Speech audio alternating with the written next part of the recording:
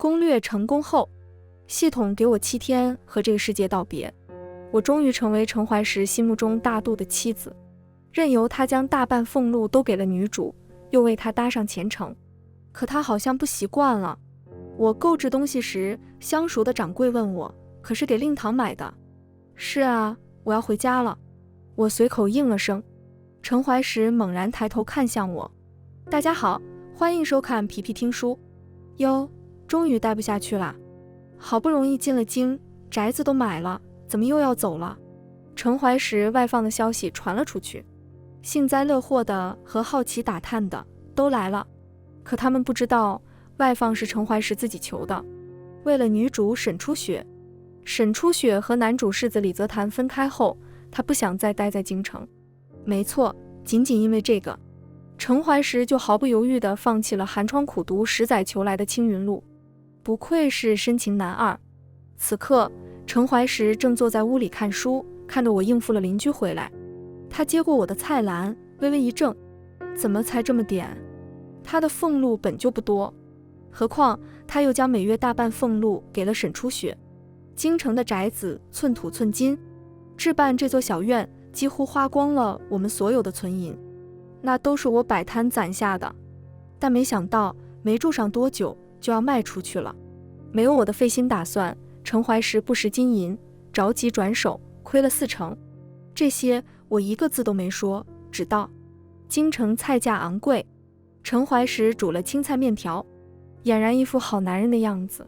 在偏远的青州时，街坊邻居就夸赞陈怀石世间难寻，我一个来路不明的孤女撞了大运。他们看不到我起早贪黑摆摊，绞尽脑汁研究个是山东煎饼、手抓饼，直到陈怀石才貌双全，还体恤妻子。刚来的时候我也庆幸过，任务对象是陈怀石，我要改变他替沈初雪赴死的结局。从大学报到第1天，我穿越绑定系统，到如今算来我已经来了5年多了。就在昨天，系统告知我任务完成了，男女主分开，男主不会再让女主置身险境，也不会导致陈怀石为救女主而亡。面对桌上的清汤寡水，我心里念了几遍牛肉面，勉强吃了下去。反正还有7天，我就可以回去吃好吃的了。正吃着，陈怀石开口，安安，初雪那里有急用，我这个月的俸禄。我这才想起来，今天是发俸禄的日子，看来这次是1分都没有了。陈怀石怕我像以往那样吵闹，解释了2句。这几日天冷了，初雪想要添置几件衣服，你知道的，他和我们不一样，穿不惯便宜的。我打断了他，淡淡道，好。陈怀石错愕地看向我。陈怀石没想到我这么好说话，他抿了抿唇道，你能明事理就好。明事理？我心里冷笑了一声，这是我第1个任务，做得磕磕绊绊。我不懂什么攻略技巧，只会用真心换真心。5年的掏心掏肺，换来一句明事理。我曾经害怕陈怀石为了沈初雪赴死，拼了命阻止他去见沈初雪，可除了带来争吵，并没有什么用。晚饭过后，陈怀石照常要出去，他去确认沈初雪一个人在家是否安全。但今日他破天荒多说了一句，初雪失去了家人，我对他难免多照顾一些。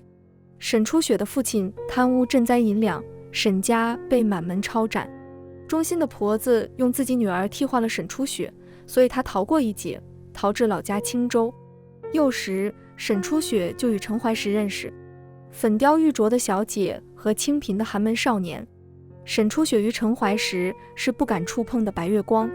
说这话时，陈怀石眼里又不由得闪过疼惜，可能他自己的都不知道，每当他提起沈初雪的时候，眼里有多少怜惜。幸好我已经看开了，谁年轻时没谈过一段失败的恋爱？我承认我眼瞎。陈怀石道，我去就回，你不要拦我，拦我也没用。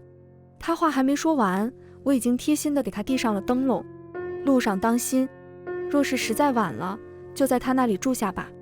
这回陈怀石是彻底愣住了，我这么大度，陈怀石反而停住了脚步。他皱着眉问我，你是在生气吗？生气？不，我早就不气了。我已经忘了我是从何时开始不生气的。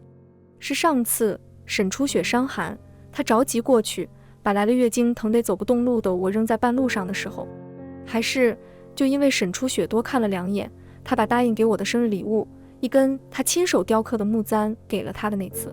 太多事了，我记不太清了，但我很清楚地知道，我现在一点都不生气了。可陈怀石不信，他淡淡道：“你不要生气了，你知道吗？你上次拦着我不让我去，他家里差点遭贼。”他面露谴责地看着我，好像沈初雪家里遭贼是我害的一样。我虽然不生气，但也不想被扣这么大一顶帽子。他租住的武陵巷租金昂贵，周围都是有钱人家，别人都有护院看家，他请不起，还怪起我来了。说起来，他的租金也是陈怀石出的。我和陈怀石的院子偏得很，邻居也都是不好相与的。当初为了省钱，我咬咬牙挑了这里，没想到省下的钱都被他花在了沈初雪身上。陈怀石看着我，满脸失望：“初雪孤苦伶仃，向往热闹，你一点同理心都没有吗？你还有良心吗？”他的心偏得没边了。多说无益，我笑着道：“那你快去陪陪他吧。”陈怀石一噎，转身就走。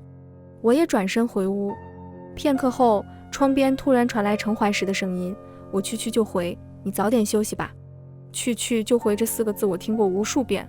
最开始时，我还傻傻的等他回来，一等就等到天明。陈怀石说初雪做了噩梦，他放心不下，守在他屋外。现在脚步声渐远，我睡得香甜，梦里没有陈怀石，只有我熟悉的家，还有红烧肉的香味。太好了，我就要回家了。陈怀石，滚吧！昨夜陈怀石果然没回来。第二天清晨，陈怀石一身露水地走进来时，我正在吃煎饼。昨夜初雪家附近有流民出没，人刚才被抓到了，我就马上回来了。陈怀石坐下，正要伸手，却见桌上除了我碗里的空空如也。他动作一顿，看向我，我埋头吃饭，并不理会他。以往我每天早起去摆摊前，都会给陈怀石留一份亲手做的早饭，爱心煎饼、中式汉堡，各种对他来说稀奇古怪的东西。我是在用心照顾他。最开始陈怀石收留我，我靠做家务抵房租，但做得不太好，陈怀石会和我一起做。到后来我手上长了茧子，手皮粗糙了起来，越发熟练，家务也都变成我一个人的了。吃完饭，我换了身衣服，带上钱袋子出门采购。系统说任务成功，可以将爱人一起带回去。我和系统商量，把爱人换成了特产。系统同意了。我在心里列了长长的一份清单，连远房三舅妈的礼物都在里面。反正这钱不花，我也带不走。与其便宜沈初雪，不如便宜了我三舅妈。走了不远，我瞧见巷子里站着的地痞流氓，我熟练地喊了声张哥，然后交了保护费。陈怀石忙于公务，其余时间都给了沈初雪，自然看不到我在努力生活。他去彻夜陪着沈初雪的时候，我将菜刀放在枕头底下，不敢熟睡。沈初雪住的地方都不太平，这里又怎么会安生？安安，身后突然响起陈怀石的声音。陈怀石不知何时跟在了我身后，他显然看到了刚刚那一幕，他嘴巴张了张，不知该说什么。我脚步下意识一顿，陈怀石快步走了上来。我今日告了假，可以陪你。我心里有点好笑。出来京城时，我想让陈怀石陪我逛逛。宅子买在哪儿？买了以后，家里还有许多东西要重新置办，这些都需要他搭把手。但他说他刚入职，实在抽不出时间。转头他告了假陪沈初雪去给沈父沈母上坟。现在他想跟着就跟着吧。我们很久没有就这样一起逛街了。陈怀石露出怀念的神情，轻轻牵住我的手，眉眼温柔，好像又回到了还在青州的时候。那时他会来接我收摊，收摊早了，他就会带我去逛街。我对这里的很多都很新奇，他不厌其烦地陪着我这个摊位看看，那个摊位摸摸，记忆有些恍惚，好在马上就清醒了过来。有人说武陵巷那边起了火，陈怀石瞬间松开了我的手，一把抓住那人询问具体发生了什么。那人回他，有2个孩子玩闹，点燃了柴房。陈怀石神情顿时紧张起来，他看向我，安安，去吧，我自己一个人逛就可以。我道，我早就不是那个需要他陪着的人了。陈怀石走时，回头看了我好几眼，我改天再陪你，就剩5天了，我可不想浪费在他身上。这回午时刚过，陈怀石就回来了，但桌上还是没有留给他的饭。我以为他会留你吃饭呢。我随口找了个理由。安安，陈怀石不知为何生气了，他有些烦躁地揉了揉眉心。你不要这样好不好？而我只是懒洋洋地看着他，不懂他在说什么。走之前，多一事不如少一事。我开始尽量避开和陈怀石的接触。我习惯了早起，每天早出晚归。早上陈怀石还在睡觉，我就出门了。晚上等他睡了，我才回来。保护费不全是白交的，这里的地痞流氓没有为难我。甚至张哥在听说我要和离后，还说了句早该离了。他啐了一口，见东西一个，你说你这么能干的小娘子，怎么就嫁给了这种人？我笑着应声，是啊，我可后悔了。一连3天，我和陈怀石一句话都没说上。他每天忙什么我不关心，去见沈初雪我也毫不在意。有几次我回来后，陈怀石想和我说什么，但我实在不想听，就假装已经睡着了。我闭了眼，也能感觉到他的视线久久停留在我身上。日子就这般过着，很快就到了最后2天。我去铺子里取我定下的镯子，带给我妈的礼物，我要给她最好的。我和掌柜约定好了时间，但我到时她恰好不在。她已经提前将我订的蓝玉镯子拿了出来。这只蓝玉镯子是我精挑细选定的。我正要细看，就见一只纤纤玉手拿了过去。石哥哥，你觉得我戴这个好看吗？沈初雪的声音娇俏又绵软，和她本人一样。那只手上一点茧子也没有，蓝玉将之衬得更加白嫩。你戴什么都好看。陈怀石的声音淡淡的，他的喉结动了动，不难看出他眼神中的宠溺。好看是好看，但这不便宜吧？沈初雪道。你喜欢就买，不用在意价钱。伙计听得喜笑颜开，也不再招呼我，对陈怀石和沈初雪连连恭维。这位老爷，您对夫人也太好了。沈初雪羞红了脸。陈怀石没有反驳，耳根微微泛红。也就在这时，他与我对上了眼。刹那间，万籁俱寂。沈初雪和陈怀石站在一起，女子一袭素雅白衣，面容姣好，男子俊美斯文，身量颀长。2人挨得极近，怪不得伙计将他们看作一对。谁见了都要夸上一句般配。安安。陈怀石眼神慌乱，下意识和沈初雪拉开距离，张嘴就要解释。我今日正好是休沐，所以呢，我回去再和你解释。我没有回他的话，转而朝沈初雪伸出手，抱歉，这是我订的，你看看别的吧。伙计一拍脑袋想起来，对，掌柜和我说过，这镯子确实是被客人订了的。沈初雪满脸不舍道，我娘以前也有一只一模一样的。她垂下了眉眼，苦笑了一声，这既然是姐姐的，我也不好夺人所爱。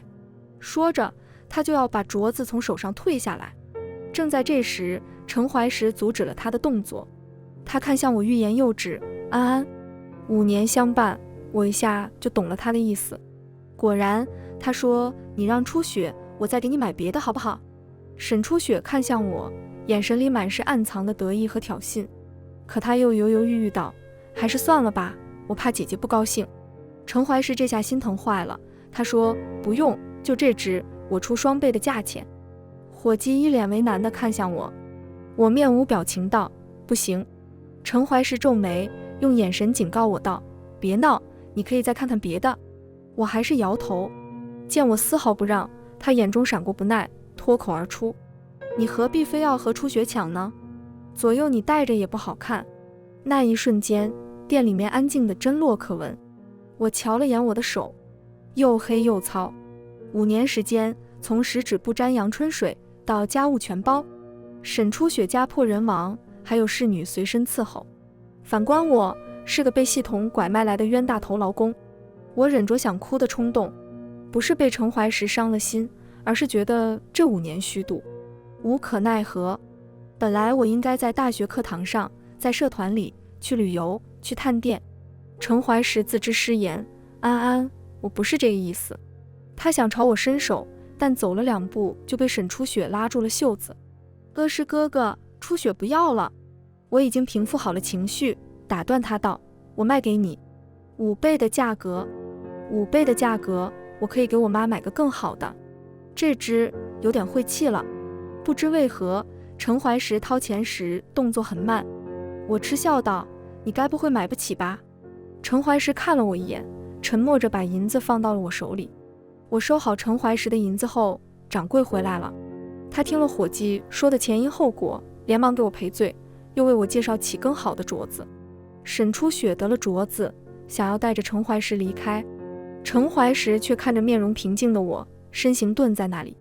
沈初雪喊了他一声，他这才回神，可他还是没走，目光直直地盯着我。回去的路上，我和陈怀石中间足足隔了2个人的位置，他几次想靠近我，我都不动声色地拉开了距离。刚才他居然让沈初雪一个人回去了，自个儿在店门口等我，真是稀奇。他叹了口气道，今天是初雪父母的忌日，所以我才去陪他扫墓。扫墓回来的路上，正好路过了那家首饰店。你别闹。我点点头回了声好。陈怀石剩下的话都堵在了喉咙里，我没太仔细听他说了什么，只觉得像苍蝇一样吵闹。我心里盘算着，明天是最后一天了。掌柜说明天会到一只品相很好的玉镯，我明天得再去一趟，但愿能挑中只最好的。但我知道，无论我带回去什么样的，我妈都会很喜欢。她会一边怪我乱花钱，一边带上到处炫耀。想到这里，我忍不住笑了起来。陈怀石看着我，愣了愣，他还想说什么，已经被我撇在了身后。太累了，过2天再说吧。我说。入夜，我和陈怀石躺在一张床上，中间也隔了一段距离。黑暗中，陈怀石的手越过了那段距离，轻轻搂上我。我假装不经意地翻身，离他远了些。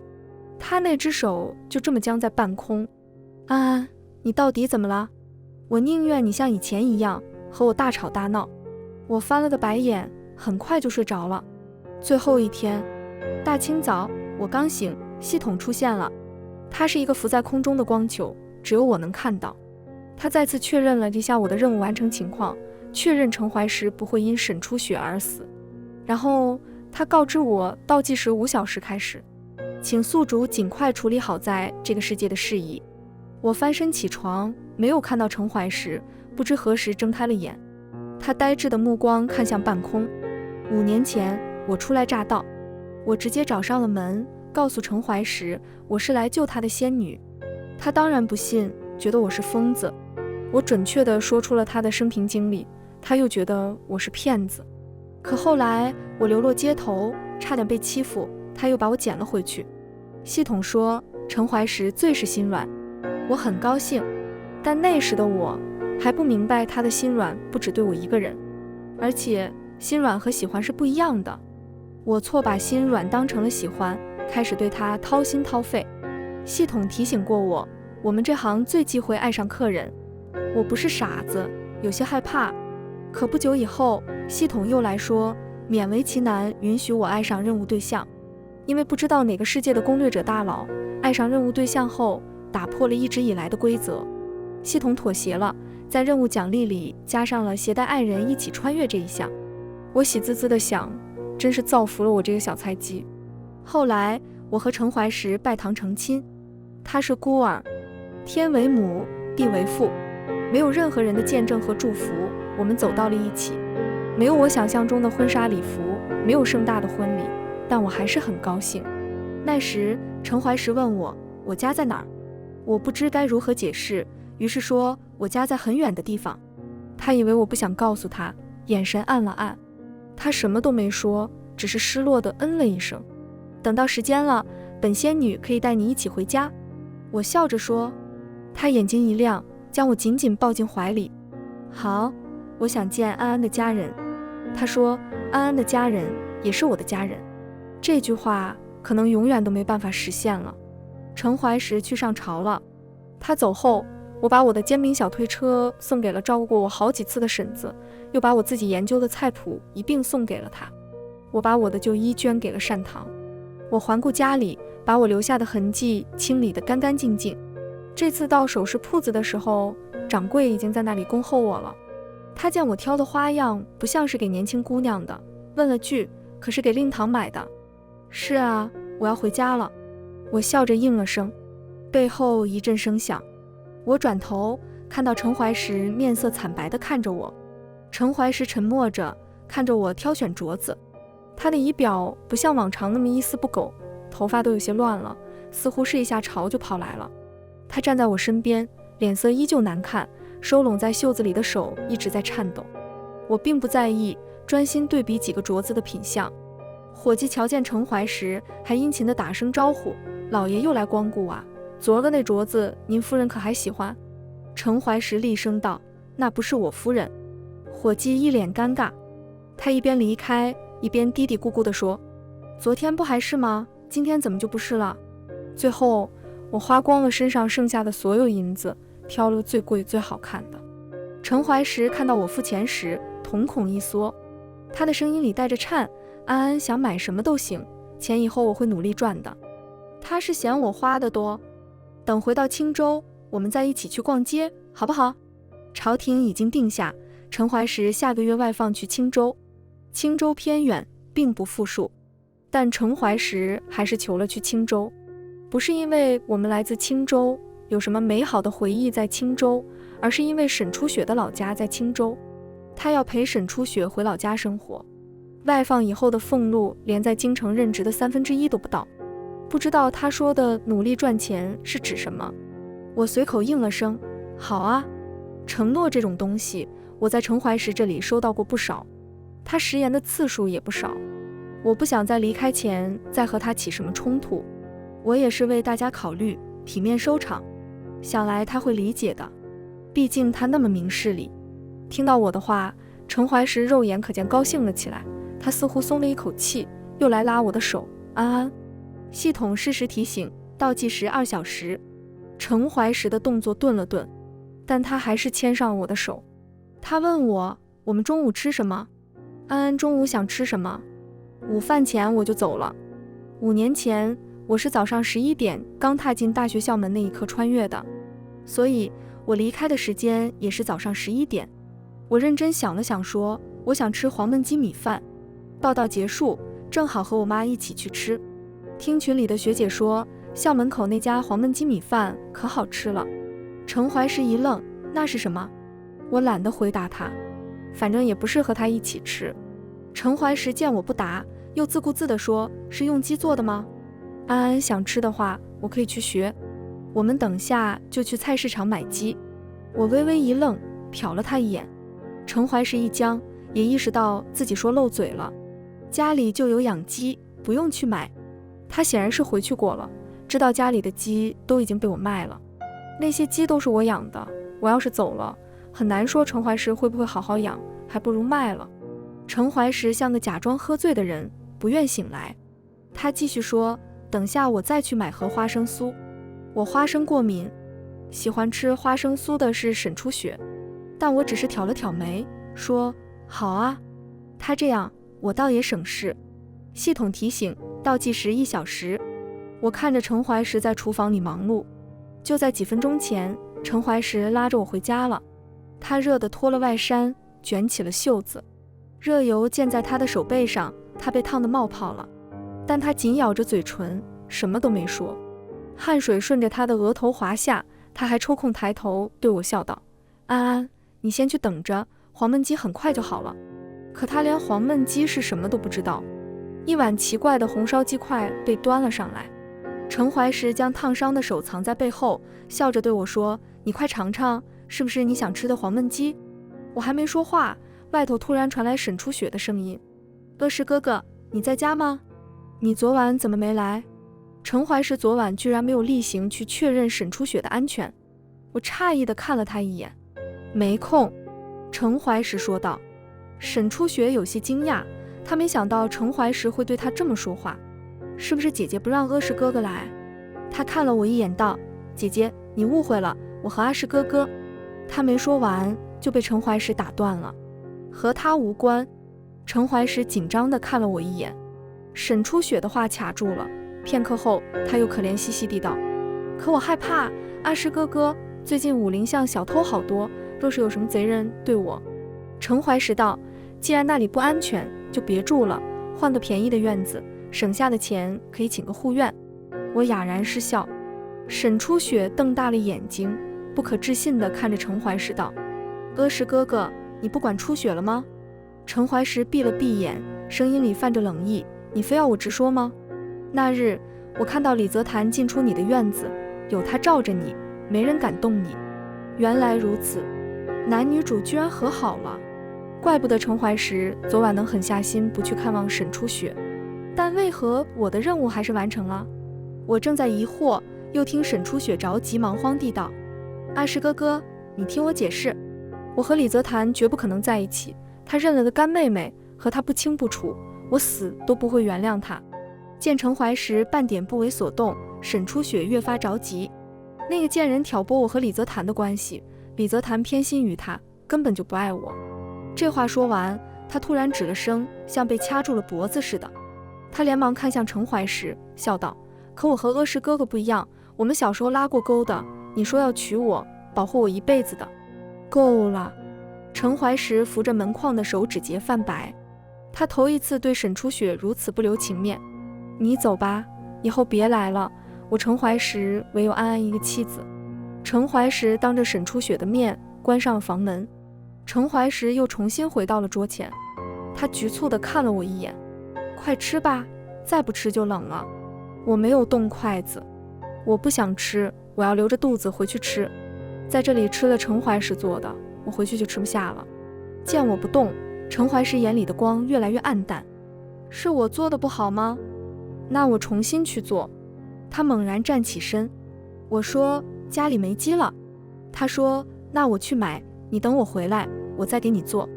我等不了了。我直直地看向程怀石闪躲的双眸。屋内空气突然停滞，程怀石的动作完全停住了。若不是他还在喘气，我还以为时间暂停了呢。面对眼前这张俊美的面庞，5年的朝夕从我脑子里一闪而过。18岁谈恋爱，对我来说还是太早了。没看过世界，没见过优秀的人，容易陷入恋爱脑。当然，或许还有一些雏鸟情节。很长一段时间以来，程怀石是我在这里唯一可以依靠的人。如果在原来的世界，说不定他第一次让我难过的时候，我就提了分手，然后和大学认识的新朋友一起找了个清吧，听着情歌，矫揉造作的掉2滴泪就结束了。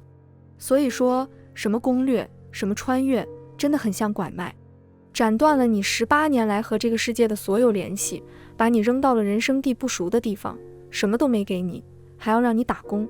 那时我爱上程怀石，很难不说是一种自我麻痹和欺骗。我爱他，所以我要救他。我是自愿的，我爱他，我依附着他生活，一开始就不是平等的爱。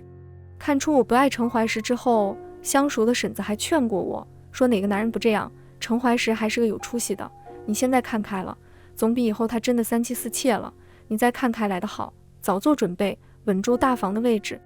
他说的不错，这个时代的女人大多数可能只能这样，没得选。我无比庆幸我不属于这里。是啊，我不属于这里。进入倒计时1分钟，时空通道开启中。恭喜宿主8899号完成任务，即将返程。程怀石一把将我抱进怀里，他的身躯炙热，将我死死锁在怀中。啊，我们重新开始，我这次一定会做好的。系统最后和我确认，宿主确定不携带爱人返回原世界。我毫不犹豫地点头，确定。程怀石看着我，双目赤红。不要走，要走的话，带上我。他死死掐住我的肩膀，不要抛下我。我这才意识到，程怀石似乎听到了系统的声音。系统排查后道，携带爱人功能刚投入使用，难免有些 bug。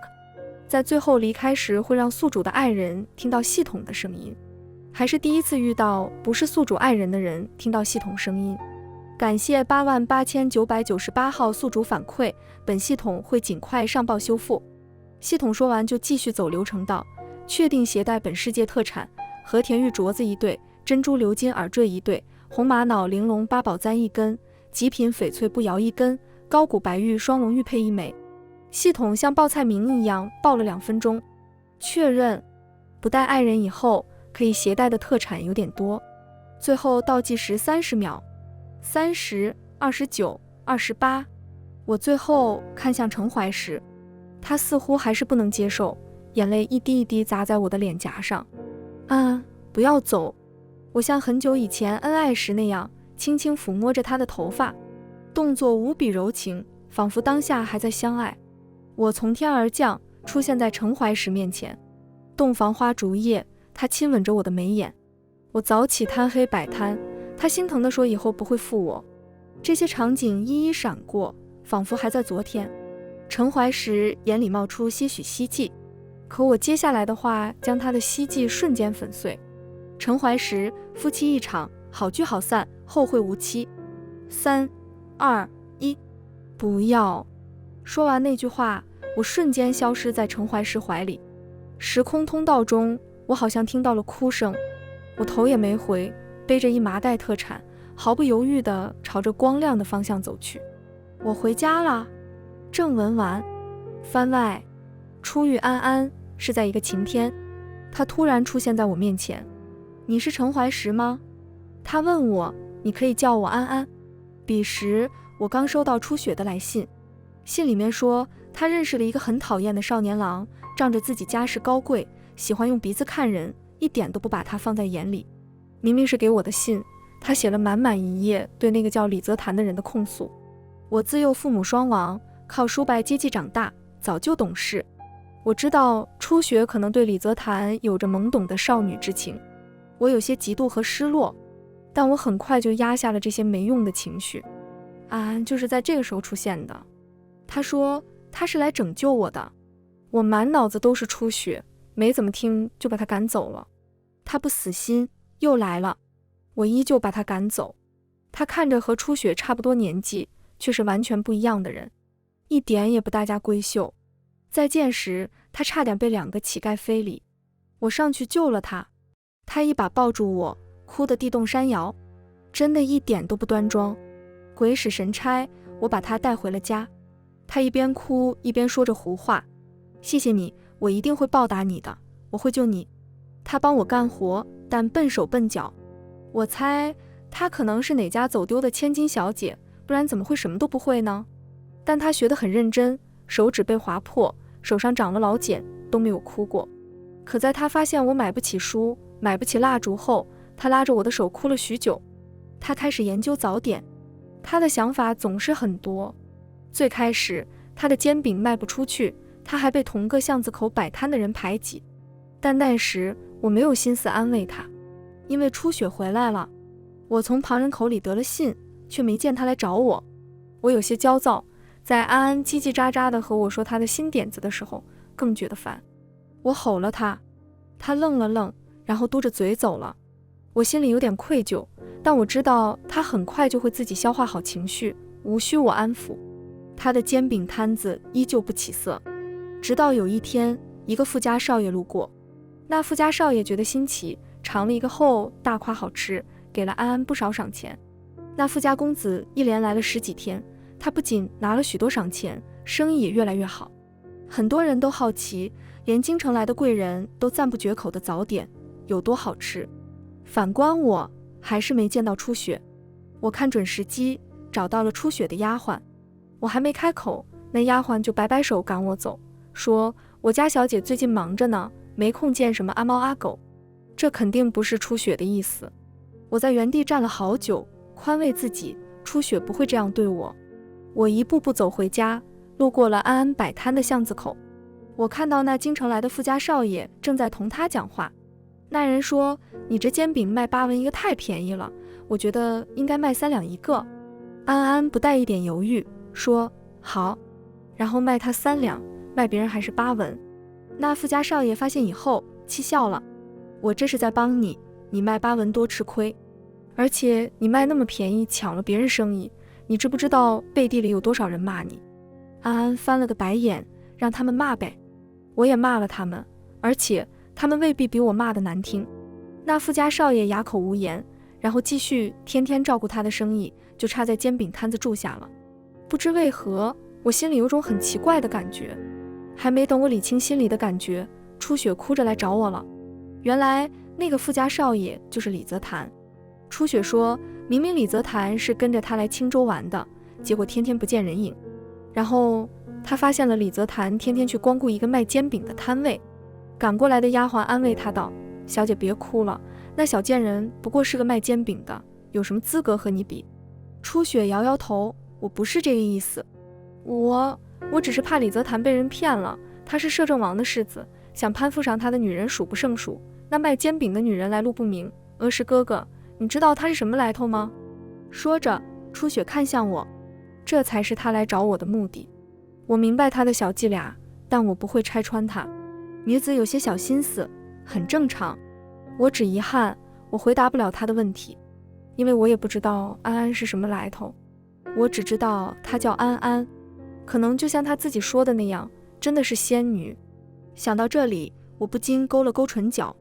初雪走后，我在院子门口站了很久，我的脑子里还回荡着她的话：“额石哥哥，你都和他住在一起了，你们之间真的清清白白吗？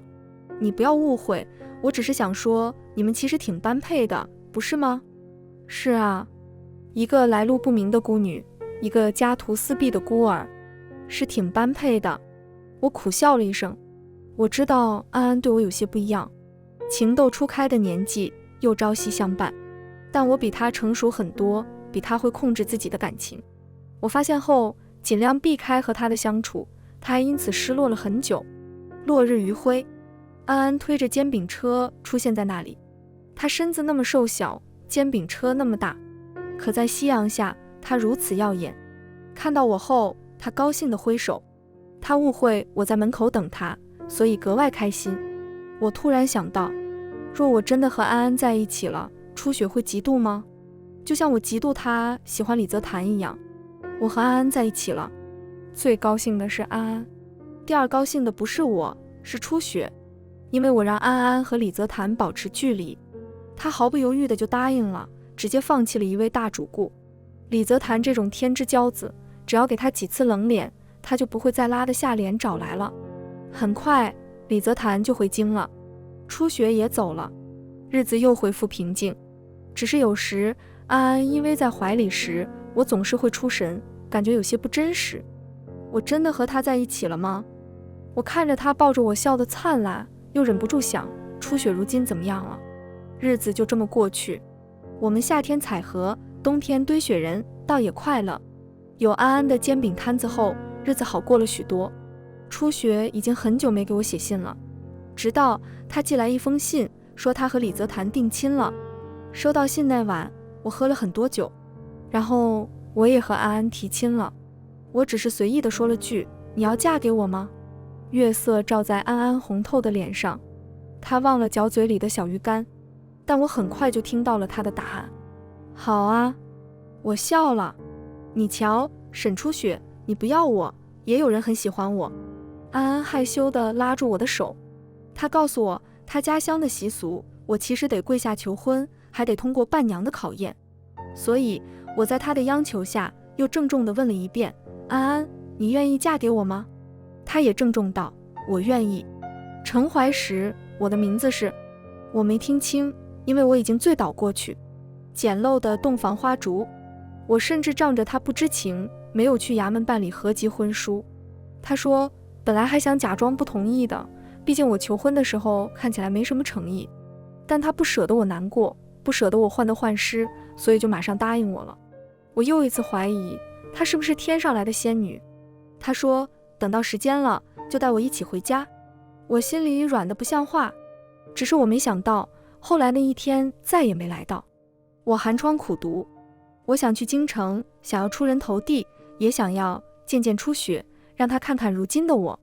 可同我高中的消息一起传来的是，沈家出事了，满门抄斩。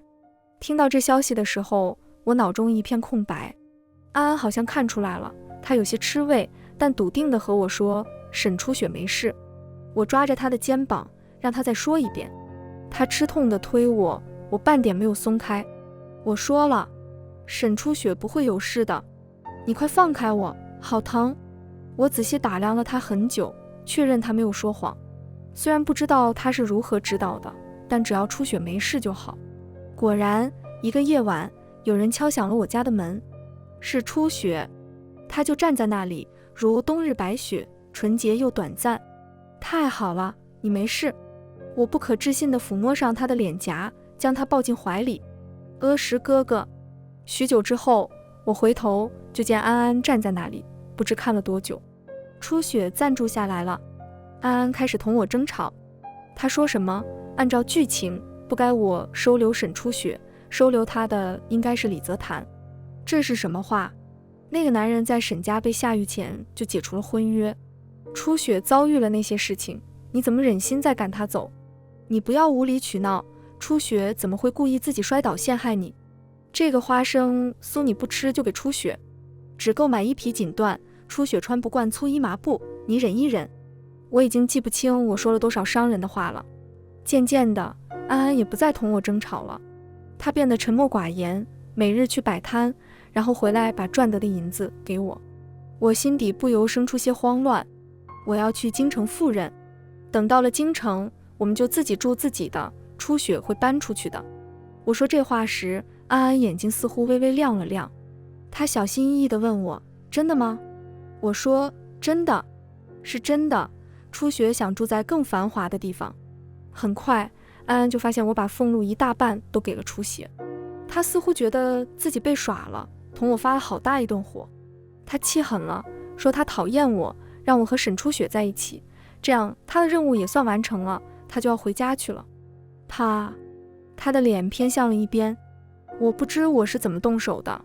当听到她要我和初雪在一起，她要离开时，我的手就不受控制了。我手颤了颤，想要和她道歉，可她突然转身走了。我看不清她的表情。她推了煎饼摊子走的时候，我追了2步，喊她的名字，她假装没听见。我的心揪了起来。自从来了京城以后，我和安安越来越生疏，几乎快成了陌生人。我忙得没有时间找她好好聊聊。有次，我陪着初雪上坟，路过安安的煎饼摊子，看到了一个熟悉的人。李泽谈又在买他的煎饼，他给了3两。安安没有认出他，只把他当成了一个出手大方的客人。我不想让初雪看到这一幕，他还没有放下李泽谈，我怕他受刺激。于是我连忙带着初雪离开，错过了安安看过来的眼神。那天起，我就迫切地想要离开京城。在这里，我和安安的感情越来越不好。这里还有李泽谈。虽然我一开始和他在一起的意图不够纯粹，但这么多年的陪伴不是假的。安安是我的妻子。恰好1日，初雪跑来说，她决定放弃李泽谈了。她哭着说要回青州。我对她说，我已经决定自请外放青州，她可以和我们一起上路。回青州，回青州，回到我初遇安安的地方。可终究回不去了。我看到了那个奇怪的东西，安安居然和他对话了。我是在做梦吗？5个小时后离开。5个小时是多久？我想自欺欺人，可5个小时再怎么想也不会很久。我下了朝就往家里跑，空空荡荡的。安安的煎饼摊子不在，他可能是去买煎饼了。可为什么他的衣服首饰也都没了？我去翻衣橱，发现连我的衣服都少了好几件，少了安安亲手做的那几件。他给我做的帕子、鞋垫都不在了，连院子里的鸡都没了。我冲了出去，不会的，不会的，他不会舍得就这么离开我的。我在铺子里看到了他的背影，果然他没有离开，那个发光的奇怪东西还跟着他。我假装看不见他，看着安安花了一大笔银子买了个镯子。夫子说我聪明，我确实聪明，不然也不会种探花。但这一刻，我无比讨厌自己的聪明。安安几乎花了所有钱买这个镯子，他却是不准备留下来。我好像做什么都来不及了。夫妻一场，好聚好散，后会无期。他说出这话的那一刻，我的心坠到了谷底，然后4分5裂，3、2、1，安安消失在了我的怀里。我还维持着抱着他的姿势，扑了个空跪倒下来，然后嚎啕大哭，就像安安被我带回去那天一样。许多年后，我已辞官，成了孩童口里的风秀才。我想了各种办法，终于联系上了那个奇怪的光球。他高高在上地看着我，问我想要什么，又用什么和他交易。我说，我所有的都可以给你，我只要重来一次，这次我会抓住安安。他说，你不值这个价，时空回溯，你买不起。我说，那我想去安安身边，和他在一起。他说，也不值这个价。我说，那我想看他一眼。他说，好的，你可以看5分钟，请把想要观看对象的名字和编号给我。我吐出那串记了很多年的数字88998号，名字是安安。我充满希冀地等着他回复，等着再次见到安安。可他说 BB 查询错误，匹配失败。什么？我愣在原地。已收取代价，不退还哦。他提醒道，他的名字不是安安哦，安安只是他的小名。他许是看我可怜，又说系统提供亲友快捷渠道，如果你能证明你和他的关系，可以跳过核对名字这一步。亲友关系，所在世界承认的婚书、户籍等均可。婚书？我没有婚书。我跪倒在地，很快就失去了生命。安安，我的安安。全文完，皮皮听书，感谢您的观看，每天上新精彩小说，喜欢就订阅吧。